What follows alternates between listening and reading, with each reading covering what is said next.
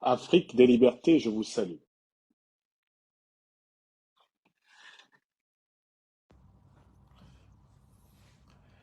Excellente journée du vendredi 5 juillet 2024 à travers le monde. Je vous souhaite à toutes et à tous la bienvenue à ce court moment d'échange sur l'actualité politique africaine. Ce samedi 6 juillet 2024,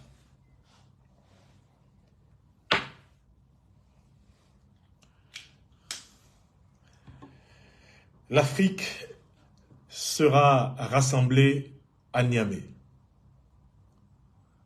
Les trois chefs d'État du Mali, du Burkina Faso et du Niger se retrouvent dès ce vendredi 5 juillet 2024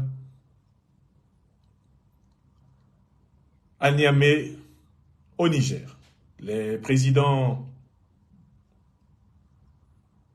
Assimi Goïta du Mali, Ibrahim Traoré du Burkina Faso, Abdourahmane Tiani du Niger se réunissent en sommet extraordinaire demain, samedi 6 juillet 2024, dans la capitale de la terre africaine du Niger. Je voudrais en quelques mots, tout en vous saluant à travers l'Afrique, l'Europe, l'Amérique, l'Asie, les îles de l'océan Atlantique et celles de l'océan Indien, je voudrais en quelques mots vous dire ce que représente à mes yeux la réunion décisive qui va se tenir demain en terre africaine du Niger, réunion des trois chefs d'État de l'Alliance des États du Sahel. Je vous invite à partager et à protéger cette communication.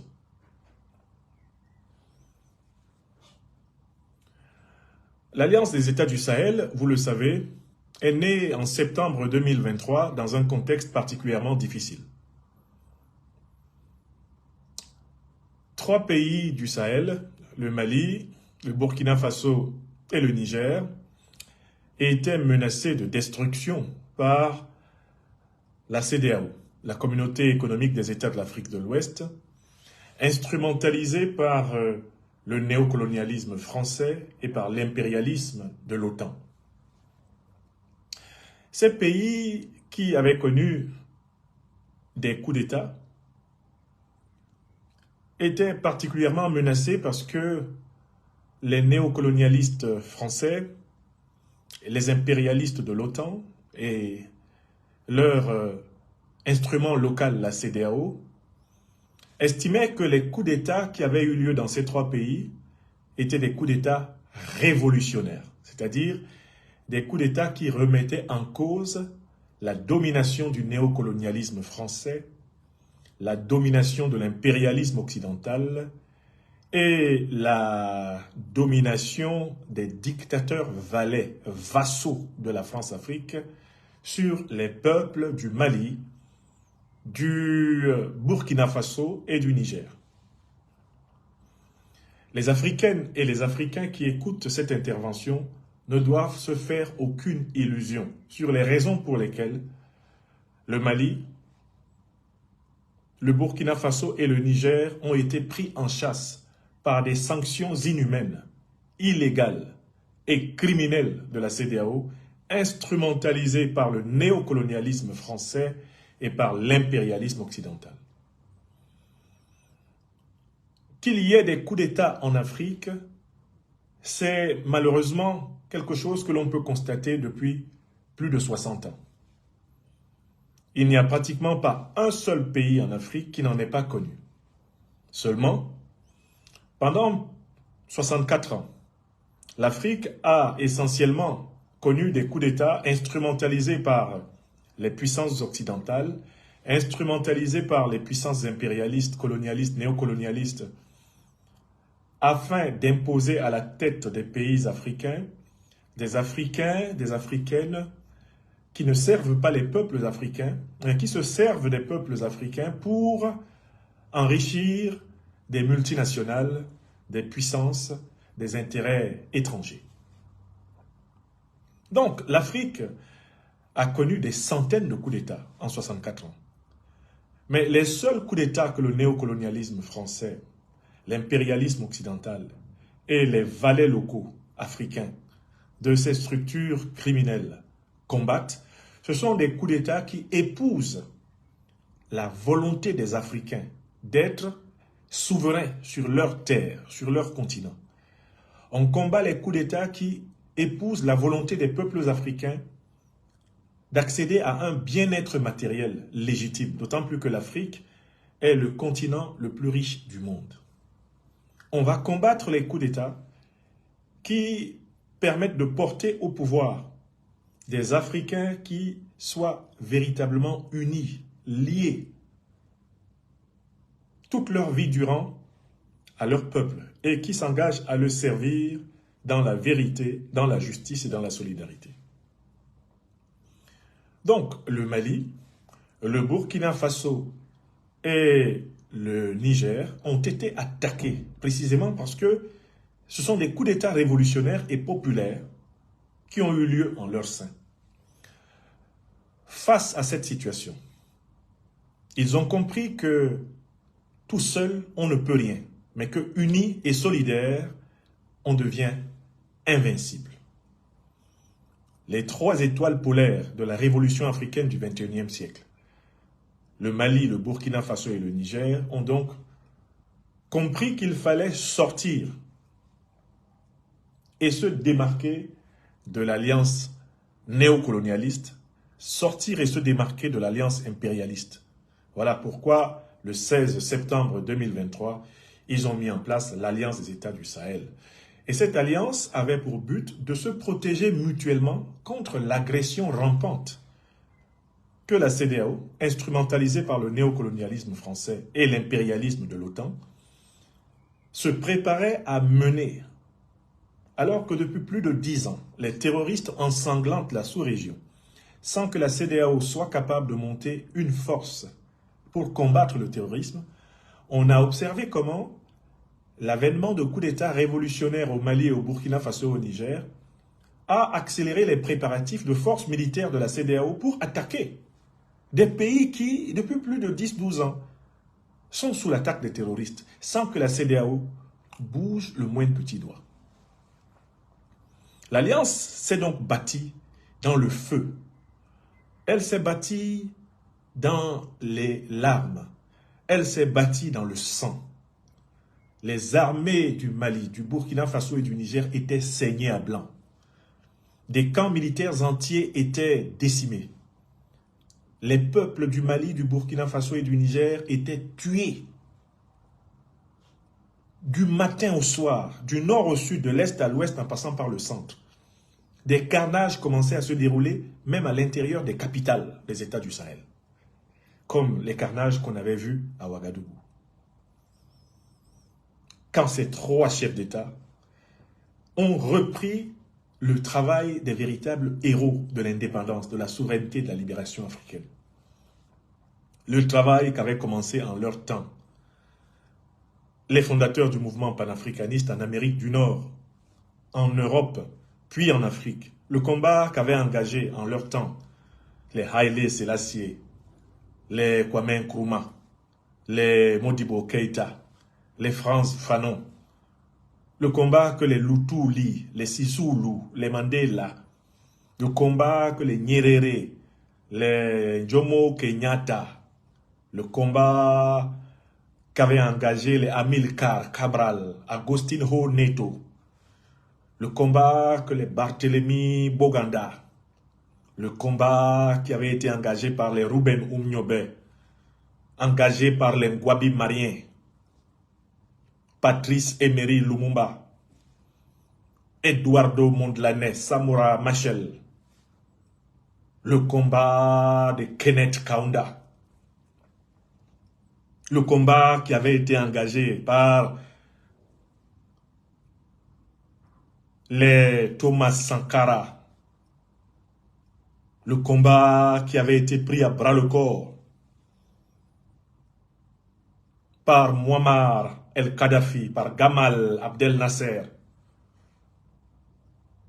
Ce combat qui était en suspens dans le continent depuis que ces grands Africains s'en sont allés, depuis que les Moumié Félix, depuis que les Kimbangu Simon,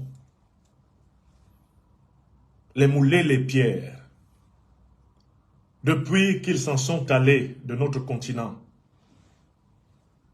depuis que Sam Nujoma a pris sa retraite, ce combat qui était en suspens a été repris courageusement par Assimi Goïta, Ibrahim Traoré, Abdourahmane Tchani. Ils ont compris que la mère des leçons, c'est que l'Afrique doit se défendre elle-même. La mère des leçons, c'est que la souveraineté commence par une souveraineté de défense. Ils ont fondé une alliance de sécurité et de défense, selon le principe du un pour tous, tous pour un. Oui, aujourd'hui, si tu attaques le Mali, ça veut dire que tu as attaqué en même temps le Burkina et le Niger. Si tu attaques le Burkina, cela veut dire que tu as attaqué en même temps le Niger et le Mali. Si tu attaques le Niger, cela veut dire que tu as attaqué en même temps le Burkina et le Mali. Aujourd'hui, les ennemis de l'Alliance des États du Sahel savent qu'ils ont affaire à une seule armée. L'armée des armées du Sahel. Voilà ce qui a fait reculer Alassane Dramane Ouattara, le satrape reptilien venu de Sindou, pour troubler la paix des Ivoiriens et ayant renié notre belle terre burkinabé de Sindou pour troubler toute l'Afrique avant d'être bientôt dégagé. C'est l'alliance des États du Sahel qui a fait reculer Ouattara Dramane et son petit bataillon de petits poulets qu'il allait envoyer se faire trucider en un temps deux mouvements au Niger. C'est cette alliance qui a fait reculer et pisser dans ses frocs le petit talon qui maintenant est en train de réapprendre à l'école de la modestie qu'on ne se lève pas au Bénin pour dire qu'on va attaquer le Niger. C'est parce qu'il a vu et qu'il a bien compté, Talon. Niger, plus Mali, plus Burkina, contre moi tout seul, même avec mes Rwandais, Walai, je vais fuir dans l'océan Atlantique. S'ils descendent, personne ne va me sauver. À Bana Peu. Si ceux-là ils viennent là, moi-même Talon, je saute dans une pirogue et je pagaie. Je pagaie. C'est pour ça qu'ils ont parlé là, à Abuja, ils ont gueulé. Après, ils ont regardé, ils ont dit,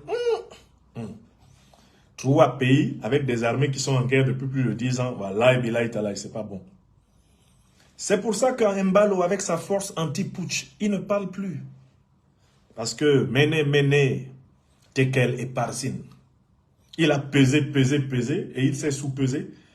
Et il s'est rendu compte qu'il ne pesait pas grand-chose, alors il s'est apaisé. Mbalo a disparu des radars. Pourtant, il était l'homme de la force anti-putsch pour attaquer le Mali, attaquer le Burkina, attaquer le Niger. Quand le Mali, le Burkina et le Niger se sont dressés en alliance de défense, Mbalo a disparu. Oui, ils étaient très chauds pour attaquer ces pays. Même le Nigeria, dont l'armée est incapable de vaincre Boko Haram depuis plus de 10 ans. Même le Nigeria croyait pouvoir exécuter la commande parisienne. Rentrer au Niger, entrer à Niamey, rétablir Mohamed Bazoum, je ne sais par quelle alchimie, ils allaient l'extraire des griffes des hommes aguerris du CNSP. Même le Nigeria croyait qu'il pourrait entrer au Niger. Mais quand le Nigeria, qui n'a jamais gagné une guerre en Afrique,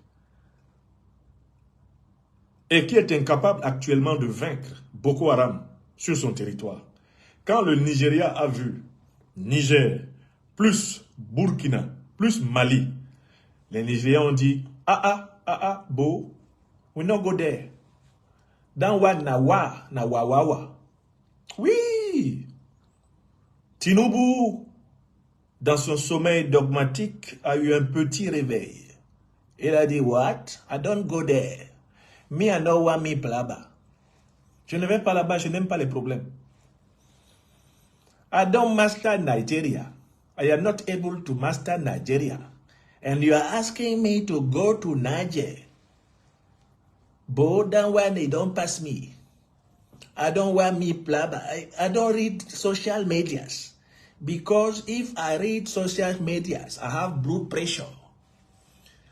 Il dit que lui, il ne regarde plus les réseaux sociaux, lui Tinubu, parce que quand il regarde les réseaux sociaux, il a sa tension artérielle qui augmente, tellement les Africains l'insultent du matin au soir. Tinubu, quand il a voulu utiliser la CEDEAO contre le Niger, d'abord les Nigérians l'ont insulté comme du poisson pourri, du matin au soir. Les Africains l'ont récupéré comme du poisson pourri, Sleepy Tinubu, vieux Tinubu, taré, fraudeur au diplôme, cocaïnomane, les Africains ont mis sur lui. Tinubu dit, me, I don't read again social media. Because when I open social media,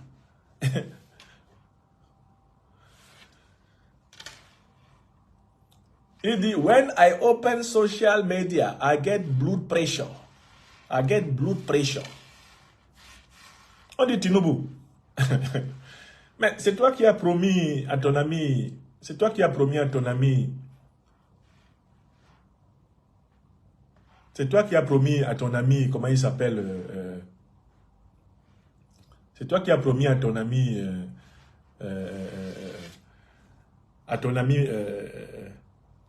Macron que tu allais attaquer. C'est toi qui as promis que tu allais attaquer. Tinubu, tu n'as pas promis. Tu as promis, non? Bon, alors, pourquoi tu n'attaques plus? Excusez-moi, je veux juste m'assurer que nos amis côté TikTok nous ont bien rejoints parce que je me rends compte qu'en fait, ils avaient du mal à nous suivre. Donc, l'alliance des États du Sahel a été constituée sur les bases défensives qui ont découragé toutes les offensives qui étaient prévues. L'offensive ivoirienne de Ouattara dans l'eau, l'offensive béninoise de Talon dans l'eau, l'offensive nigériane de Tiani dans l'eau, l'offensive bissau-guinéenne d'Embalo dans l'eau. Même Macky Sall croyait qu'il pouvait attaquer. Même Macky Sall pensait que lui pouvait se lever au Sénégal à l'époque et puis attaquer le Mali ou le Burkina. Souvenez-vous des déclarations de la ministre des Affaires étrangères de Macky Sall, Aïssata Tall Sall. Qu'est-ce que cette dame-là n'a pas dit? Ils étaient en train de préparer les troupes sénégalaises pour participer à l'expédition et punir le Niger, punir le Mali. Ils croyaient vraiment qu'ils pouvaient venir. Mais quand le 16 septembre 2023, l'alliance de défense du Sahel a été mise en place, ils ont tous pissé dans leur froc. Tous, sans exception. Même leurs maîtres parisiens ont compris que on a beau dire le dispositif militaire, par exemple, de l'armée française en Afrique, ne peut pas affronter l'alliance des États du Sahel. Ils se disaient qu'ils pourraient faire du Mali une bouchée. Ils se disaient qu'ils pouvaient faire du Niger une bouchée. Ils se disaient qu'ils pouvaient faire du Burkina une bouchée. Mais quand le Mali, le Niger, le Burkina se sont mis contre eux, même les géostratèges militaires français ont dit à leur patron, je crois, nous pensons, Monsieur le Président, qu'il faudrait faire preuve d'un peu de prudence. On pourrait avoir en effet une réaction en série avec des conséquences extrêmement rédhibitoires. Je voudrais ici vous faire vraiment ressentir l'importance de l'Alliance des États du Sahel. Ça a été un moment fondamental, l'Alliance des États du Sahel. Ça a été un moment capital, l'Alliance des États du Sahel. Parce que, en fait, c'était un coup de poker et un coup de joker. Assimi Goïta, Abdourahmane Tiani, Ibrahim Traoré ont déposé un joker. Et personne d'autre n'avait de joker en face. Tout le dispositif, CEDEAO, France-Afrique, OTAN, s'est retrouvé bloqué. Du coup, le Niger n'était pas... C'était pas le Kadhafi qu'ils ont pu manger dans un repas de sorcellerie publique en 2011. 6 mois de campagne de bombardement. Et qu'est-ce qui a encore plus compliqué la chose? C'est que les 3 pays de l'Alliance des États du Sahel étaient très avancés dans leur alliance géostratégique et géopolitique avec la Russie, la Chine, avec l'Iran, avec la Turquie. Tous ces pays pourvoyeurs en matériaux de guerre dernière génération. C'est-à-dire que quand la CEDEAO a ouvert les yeux comme ça, l'armée de l'Alliance des États du Sahel était déjà plus puissante que toutes les armées de la CEDEAO. Dans toute la CEDEAO, là, la seule armée qui existe à peu près, c'est l'armée nigériane. Les autres sont des armées mineures. L'armée sénégalaise ne peut pas s'amuser avec l'armée malienne, elle le sait. L'armée ivoirienne ne peut rivaliser avec aucune des 3 armées de l'AES. Aucune. L'armée ivoirienne ne peut pas entrer, dire qu'elle s'en va faire le combat au Burkina. C'est faux. Ouattara va nager à Assini. Il va commencer à pagayer à Assini pour aller à Mougins, sur la côte d'Azur en France. Si ça s'amuse à aller au Burkina. Le Burkina n'est pas son camarade. Hein. Si on laisse Ouattara avec seulement le Burkina, là, Ouattara saute. Je vous le dis, je connais l'homme. Comme ma main. C'est d'abord, lui là, quand il entend un bruit de cartouche, il saute une barrière. Un seul coup de feu. Bah, il a déjà sauté 2 mètres. Il ne peut rien faire au Burkina. Donc, il faut que vous compreniez que la création de l'alliance militaire de l'AES est un événement historique. Il faudra l'enseigner à nos enfants. Nos enfants vont enseigner à nos petits-enfants. Ça s'enseignera de génération en génération. L'Afrique qui reprend l'initiative géostratégique et géopolitique. Alors, le grand parrain de l'OTAN, le grand parrain de la France-Afrique, le grand parrain de la CEDEAO, c'est qui? C'est les États-Unis. Ils étaient en train de voir s'ils peuvent attaquer. Mais quand ils ont su le degré d'avancement de l'alliance avec la Russie et la Chine, quand ils ont su que le ciel de l'alliance des États du Sahel voyait désormais se dresser des batteries S-300, quand ils ont su que les États de l'Alliance des États du Sahel bénéficient désormais du même renseignement satellitaire que les soldats américains, que les soldats français. Quand ils se sont rendus compte qu'Assimi Goïta a dans son état-major un observatoire de tout le ciel du Sahel, qu'Ibrahim Traoré a dans son état-major un observatoire de tout le ciel du Sahel. Donc tout le monde voit tout le monde au Sahel maintenant. Les Américains voient tout le monde voit les Américains. Les Russes voient tout le monde voit les Russes. Les Français voient tout le monde voit les Français. Les Burkinabés voient tout le monde voit les Burkinabés. Les Maliens voient tout le monde voit les Maliens. Donc, à partir du moment où il y a un équilibre de l'information géopolitique et géostratégique, même les Américains, qui, comme vous le savez, ne supportent pas l'idée de perdre même seulement 10 soldats dans une bataille. Parce qu'ils croient que leurs vies sont tellement supérieures à celles des autres êtres humains, que quand 10 d'entre eux meurent, c'est comme s'il y avait 10 000 qui sont morts dans un pays africain. Les Américains qui, depuis leur humiliation en Somalie et au Vietnam, n'aiment pas entendre qu'on a tué un seul de leurs soldats. Parce que ça atteint le moral de la population. Les gens peuvent pleurer là-bas pendant 3 ans. Mais parce que, bon, en fait, ils sont habitués à tuer sans prendre des risques. Ils tirent à distance. C'est les gens qui font la guerre propre. Il est avec sa tasse de café, il te programme sur un ordinateur, il dit il est placé à tel endroit, il envoie un missile. Maintenant, tout le monde peut faire ça. Puisque tout le monde a le même renseignement que vous. Maintenant, tout le monde peut faire ça puisque tout le monde peut acheter les mêmes missiles que vous. Maintenant, tout le monde peut faire ça parce qu'il y a même des pays là, du monde multipolaire, qui ont des missiles qui sont plus rapides que vos missiles. Quand c'est comme ça, là, on fait comment? Non, ils sont allés voir l'oncle Sam pour dire que bon, les gars là se sont réunis, vraiment le Mali, le Burkina, le Niger, ils se sont mis ensemble, on fait comment? Les Américains leur ont dit, we think that this time is very particular. You will need to take some distance because it is just probable that the Russians and Chinese are helping those Africans to be ready to give us a very terrible lesson. So, we think the best solution is not to go there by war. We cannot use the Gaddafi's method. How we killed Gaddafi is not the best method against these people. We think the best thing to do should be to assassinate the leaders. Let us kill the leaders when we have an opportunity, but we can't wage a war like we've done in 2011 against Gaddafi. That method is no more, in fact, efficient. Traduction.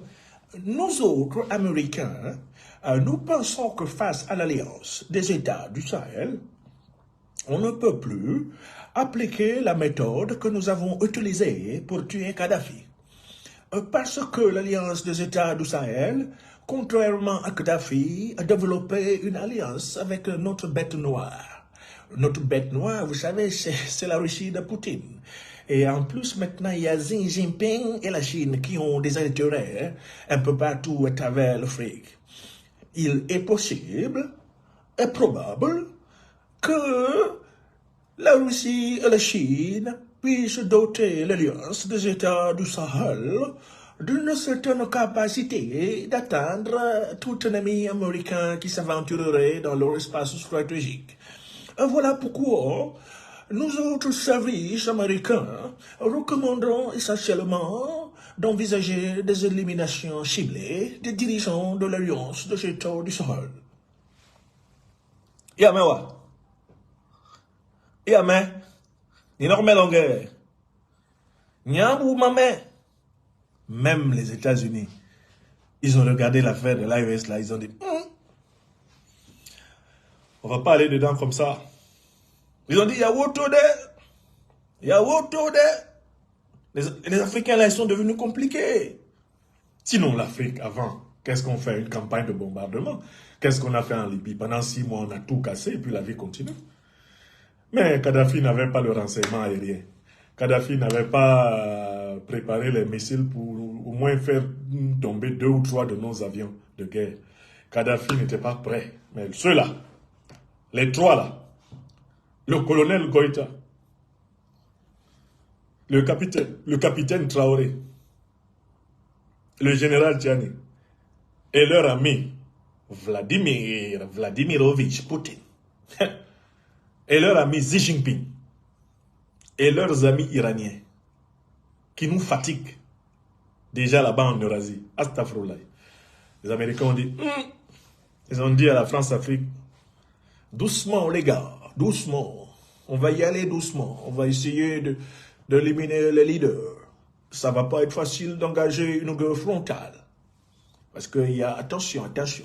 Bon. Cette étape est la raison pour laquelle les Africains ont retrouvé une confiance en leur politique. À l'instant où je vous parle, en ce vendredi, 5 juillet 2024, quand vous voyez un Africain heureux en matière politique, c'est à propos de quoi? Qu'est-ce qui rend un Africain politisé? Qu'est-ce qui le rend heureux? C'est les événements au Sahel. C'est l'action de l'Alliance des États du Sahel. Et pourquoi l'action de l'Alliance des États du Sahel nous rend-elle heureux? Mais parce que cette alliance a porté du fruit. L'armée malienne est aujourd'hui la principale maîtresse militaire de tout le territoire malien. L'armée burkinabé est aujourd'hui la principale maîtresse militaire de tout le territoire burkinabé. L'armée nigérienne est aujourd'hui la principale maîtresse militaire de tout le territoire nigérien. Et les 3 armées contrôlent le territoire du Sahel. Les terroristes sont en débandade partout. C'est-à-dire que quand tu vois un terroriste, en général, c'est ses fesses que tu vois. Et il y a des trous de balles dedans. Les terroristes sont en débandade partout. Partout, c'est courage fuyant. Dans tout le Sahel, ça court seulement. Et pourquoi? Parce que comme le dit l'excellent bienvenu Taonsa, de la radio-télévision burkinabé, les opérations se poursuivent. Pourquoi les terroristes courent partout? Mais parce que les opérations se poursuivent. Avant, il n'y avait pas d'opération. La coopération avec l'Union européenne, la coopération avec la France, la coopération avec l'OTAN bloquaient les armées. Elles étaient paralysées au sol, elles étaient contrôlées. Il était même interdit à des armées nationales de voler dans certaines parties de leur territoire national, dis donc. Ouais. À Loubalande dit, comme on dit à Douala. L'armée malienne était interdite de voler dans certaines parties du territoire malien. On disait, vous n'avez pas le droit de passer ici, parce que nous sommes là. C'est nous, l'Union européenne. C'est nous, l'armée française. C'est nous, l'ONU. Vous ne passez pas ici. Hein? Et les Maliens restaient à Bamako. L'armée burkinabé veut aller quelque part. On dit, non, non, non, on a un détachement là-bas. Il y a un détachement de l'Union européenne qui est en train de faire l'exploration. Non, vous n'allez pas là-bas. Il reste à Ouaga. L'armée nigérienne veut aller à sa frontière. On dit non, non, non, non. L'armée américaine est en train d'opérer dans la région. Vous n'allez pas là-bas. Bazoum dit, à vos aides, à vos aides. Ouais, à Douala, on appelle ça Balok Pikin, les enfants maudits. Ces dirigeants de la France-Afrique, c'est des enfants maudits. Tu es président d'un pays, ton armée nationale est interdite de circuler avec ses avions, ses vecteurs militaires dans un coin. Tu obéis à l'ordre des étrangers, après tu viens dire aux gens que tu es président. Toi-même, tu te mets devant ta femme, elle dit, mon mari est président, toi-même, tu crois. Comment tu peux croire que tu es président dans un pays où tu ne peux pas, ton armée ne peut pas voler sur toutes les parties de ton territoire? On t'a vendu. On t'a vendu pour que tu dises que tu es président. Tu es président d'un pays et ton armée, Bazoum s'est tenu un jour, il a dit que les terroristes étaient plus aguerris que nos armées. Et puis il est allé dormir, tranquillement à côté de sa femme. Et chérie, tu es très intelligent. Il venait pourtant de se tirer une balle au pied. Les terroristes sont plus aguerris que nos armées. Bazoum, à partir du moment où tu dis ça, tu es président de qui?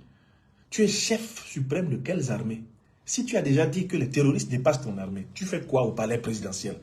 Ce jour-là même, tu aurais dû fuir. Après avoir dit ça, tu aurais dû chercher 2 ou 3 bagages, 2 ou 3 gandoura, ta brosse à dents, et puis fuir. Parce qu'à partir du moment où tu dis à une armée qui te garde qu'elle ne vaut rien, ouais, c'est pas possible. Mais je dis, la sagesse là, c'est pas quelque chose qui s'enseigne seulement à l'école. Hein. C'est quelque chose qui se développe avec l'effort de bien réfléchir. Comment toi, un président, tu peux dire à ton armée, qui te garde, qui dort à ta porte là, qui fait ta garde, qu'elle ne vaut rien, et retourner dormir pour que ton armée te protège. Tu demandes aux vauriens de te protéger? Bon, les vauriens lui ont dit, c'est soi-disant vauriens, lui ont dit, bon, tu n'es plus président. Bazoum, comme tu dis que nous, on ne vaut rien là, on va commencer à valoir déjà sur toi. Déjà, toi, tu n'es plus président. Ils pensaient que les gars blaguaient. Hein. Il y a une tortue à la présidence, là, il sort pour donner la salade. Parce que c'est les présidents nigériens qui nourrissaient souvent cette tortue. Bazoum veut aller donner la salade à la tortue. On ne t'a pas dit que tu n'es plus président. Tu n'as pas compris. Tu veux compte. Toi, ce Libyen, là, on doit te parler dans quelle langue? Parce qu'on a parlé Zarma, tu n'as pas compris. On a parlé Aoussa, tu n'as pas compris. On a parlé Sonrai, tu n'as pas compris. On a parlé même Bambara, tu n'as pas compris. Tu es de quelle tribu libyenne là? Il faut nous dire, on va traduire ça dans la langue de ta tribu. Parce que tu n'es plus président.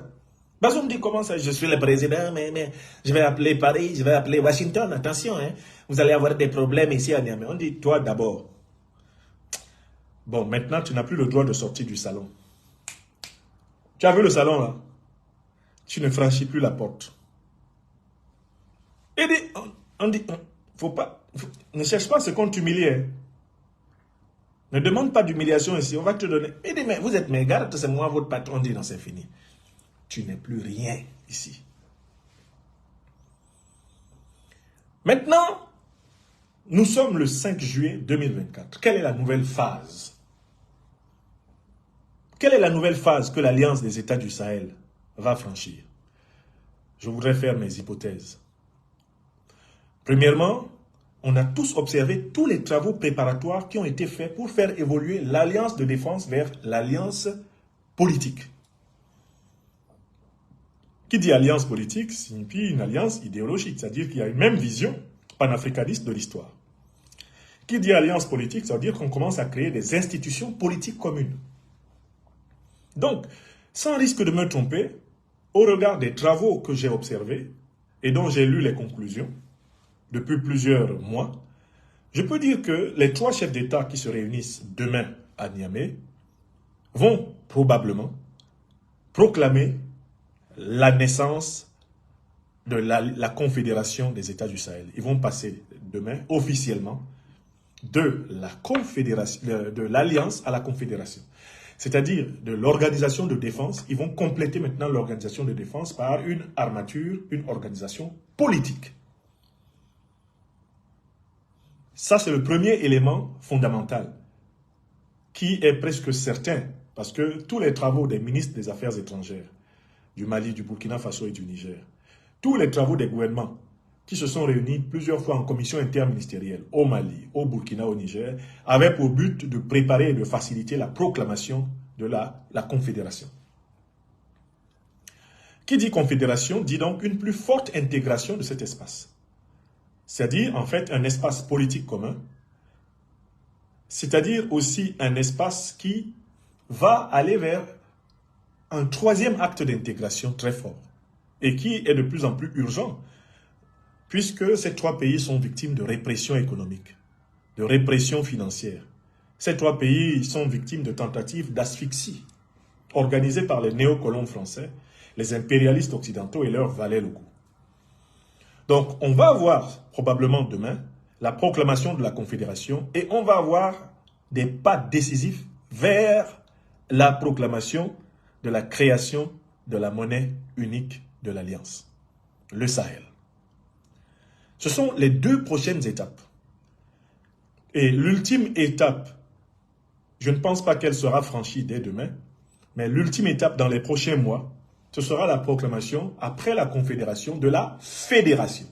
Quand on va parler de fédération, à ce moment-là, il va y avoir un système électoral unique. Il va y avoir des institutions politiques, des institutions économiques, des institutions sociales et culturelles communes. Un système justement fédéral, c'est-à-dire avec 3 États dans lesquels vont continuer à se dérouler les élections fédérales, et une structure fédérale qui, elle, va chapeauter les 3 États fédéraux. Donc, on va aller non seulement vers, probablement la Confédération sera co-présidée et sera présidée par le triumvirat des chefs d'État, mais quand on ira vers la Fédération, les chefs d'État de la Fédération s'entendront sur des règles permettant à l'un des chefs d'État d'assumer tour à tour, les uns après les autres, le rôle de président de la Fédération. Alors que les autres seront les vice-présidents de la Fédération.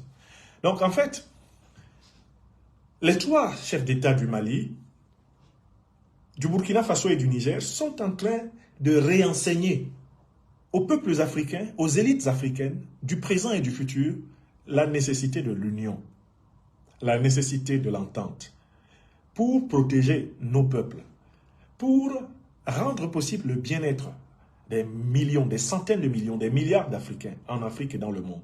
Nous sommes obligés de nous unir et de ne pas nous écharper pour des postes.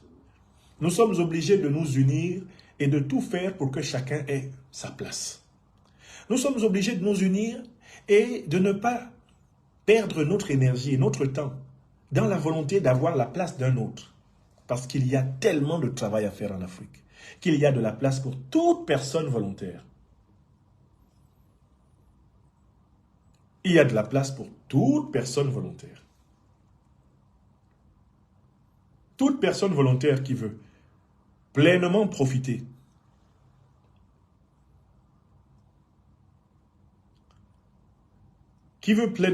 de cette opportunité extraordinaire que la fondation de la Confédération et de la Fédération représente pour les Africains, peut venir agir et prospérer dans cet espace si l'esprit qui règne entre ces 3 dirigeants devient un esprit populaire. Unis, nous sommes plus forts. Capables de nous accepter, capables de discuter, de nous entendre, de mettre en commun ce que nous avons de meilleur, nous sommes irréductibles, nous sommes insoumettables, nous sommes indécrottable souverains. Oui, il faut avoir le courage que ces 3 peuples et ces 3 dirigeants ont pour participer pleinement à l'Afrique d'aujourd'hui et de demain. Donc je voulais me joindre à l'ensemble des peuples du Sahel, et notamment du Mali, du Burkina et du Niger, pour souhaiter la bienvenue ce vendredi 5 juillet 2024, pour souhaiter une ardente et chaleureuse bienvenue aux 3 dirigeants, aux 3 étoiles polaires de l'Alliance des États du Sahel au Niger. Les autorités nigériennes ont appelé le peuple à sortir massivement ce vendredi, je crois après l'heure de la prière, pour accueillir les 3 présidents. Pour accueillir le président malien, accueillir le président burkinabé qui seront aux côtés de leur homologue, le président nigérien. Notre peuple est appelé à une démonstration de puissance, une démonstration de vitalité, une démonstration de mobilisation. Je voudrais me joindre aux voix qui appellent à un événement grandiose. Que Niamey soit noir de monde. Que le peuple nigérien, puissamment, massivement, courageusement, montre à l'Afrique qu'il a compris l'importance de l'événement qui se déroule demain sur son sol, en réservant un accueil triomphal aux 3 présidents. Demain, ils feront évoluer le continent d'un pas décisif. Demain, ils feront avancer le continent d'un pas décisif vers un bonheur intense. Et nous leur devons cette reconnaissance, nous leur devons cette gratitude, nous leur devons cette joie, nous leur devons cette espérance qu'ils incarnent. Voilà pourquoi chaque Nigérienne, chaque Nigérois doivent prendre à cœur de nous représenter, de représenter toute l'Afrique des libertés qui aime les 3 étoiles polaires du Sahel dans leur combat. S'il vous plaît, par la mobilisation monstre que vous donnerez aujourd'hui à Niamey, aux 3 chefs d'État, sachez que vous représentez toute l'Afrique mondiale. Nous comptons sur chacune et chacun d'entre vous à Niamey pour sortir en masse, comme les autorités vous l'ont proposé, mais dans l'ordre, dans la discipline et dans la vigilance. Je voudrais insister là-dessus. Que cette mobilisation en masse se fasse dans l'ordre, dans la discipline et dans la vigilance. Car n'oubliez pas que l'ennemi ne baisse jamais les bras. N'oubliez pas que l'ennemi ne se réjouit pas de notre joie. N'oubliez pas que l'ennemi partout s'efforce de nous guetter et de chercher des failles pour nous infliger des douleurs atroces qui sont sa seule voie de sortie de l'impasse dans lequel il se trouve. L'ennemi france-africain, l'ennemi impérialiste, l'ennemi néocolonialiste, l'ennemi valet local, l'ennemi vassal, l'ennemi bounty, l'ennemi nègre de maison, n'hésite pas à profiter de la moindre faille pour nuire à notre peuple. Donc que ce temps de réjouissance, qui doit être un temps grandiose, soit un temps de grande vigilance, un temps de grande solidarité, afin que les événements de Niamey gravent positivement nos cœurs et nous galvanisent partout où nous sommes à travers le monde. Donc oui, demain nous attendons la Confédération des États du Sahel. Nous attendons la naissance de la monnaie Sahel. Demain, après-demain, nous attendons la naissance de la Fédération du Sahel. Nous attendons au passage de l'alliance de défense à l'alliance politique renforcée, c'est-à-dire à la confédération, et de l'alliance politique renforcée à l'entité politique, à la puissance politique sous-régionale. Et ce sera en fait le plus grand et le plus puissant État fédéral que l'Afrique ait eu depuis pratiquement 6 siècles. Quand la fédération sahélienne se dressera, là, nous aurons le plus grand et le plus puissant État fédéral que l'Afrique ait eu depuis pratiquement le XVIe siècle. Nous sommes bénis par l'histoire. Nous sommes en train de vivre un moment immense. Et mesurons la chance et la grâce que le Tout-Puissant et nos ancêtres angélisés nous font de participer à cette action historique. De toutes les façons, je me prépare à être de cet événement et de tous les suivants, puisque je serai dans le Sahel au courant de ce mois. Et je vous donnerai des nouvelles très précises, précisément lorsque je serai dans les parallèles et les parallaxes correspondants. Aux côtés de nos frères du Mali, du Burkina Faso et du Niger, votre serviteur est l'ami des jours impairs et des jours pairs, l'ami des jours de détresse et l'ami des jours de joie. Parce que je sais que le combat qu'il mène, c'est le combat de tout notre continent, le combat de l'Afrique. Voilà, soyez bénis. Excellent vendredi de prière, de purification à tous mes frères et sœurs musulmans à travers l'Afrique et le monde. Excellent week-end à mes frères et sœurs chrétiens du monde entier, à l'ensemble des traditionnalistes africains du continent et des diasporas. Je dis Hotep, Hotep, Hotep. Merci à celles et ceux parmi vous qui voudront bien partager cet appel à un accueil triomphal, chaleureux, fraternel, à une union puissante de prière, car l'Afrique est au Sahel. L'Afrique est à Niamey. Niamey est, ce week-end, la capitale de l'Afrique. Soyons unis dans ce moment. Et je disais bien, soyons unis, solidaires, vigilants, car l'ennemi ne dort jamais. Je vous remercie. Soyez bénis. Que Dieu bénisse les présidents Tiani, Goïta et Traoré. Que les travaux qu'ils vont tenir à Niamey, que ces travaux contribuent à la thérapie, à la guérison de l'Afrique. Je vous remercie. Vous étiez, depuis bientôt 47 minutes, vous étiez près de 5000 personnes au total. En cette matinée, il est 10h30 en Europe, d'où je vous parle à cet instant précis.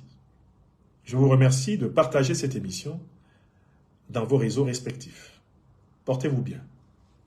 Vive l'Afrique des libertés, vive la future confédération des États du Sahel, vive les dirigeants éclairés de la révolution africaine, sahélienne, les présidents Goïta, Tiani et Traoré, vive les Africaines et les Africains de tous les temps qui ont contribué, qui contribuent et qui contribueront à la souveraineté de l'humanité africaine mondiale. Votre serviteur vous remercie. Merci. Portez-vous bien, mes chers amis.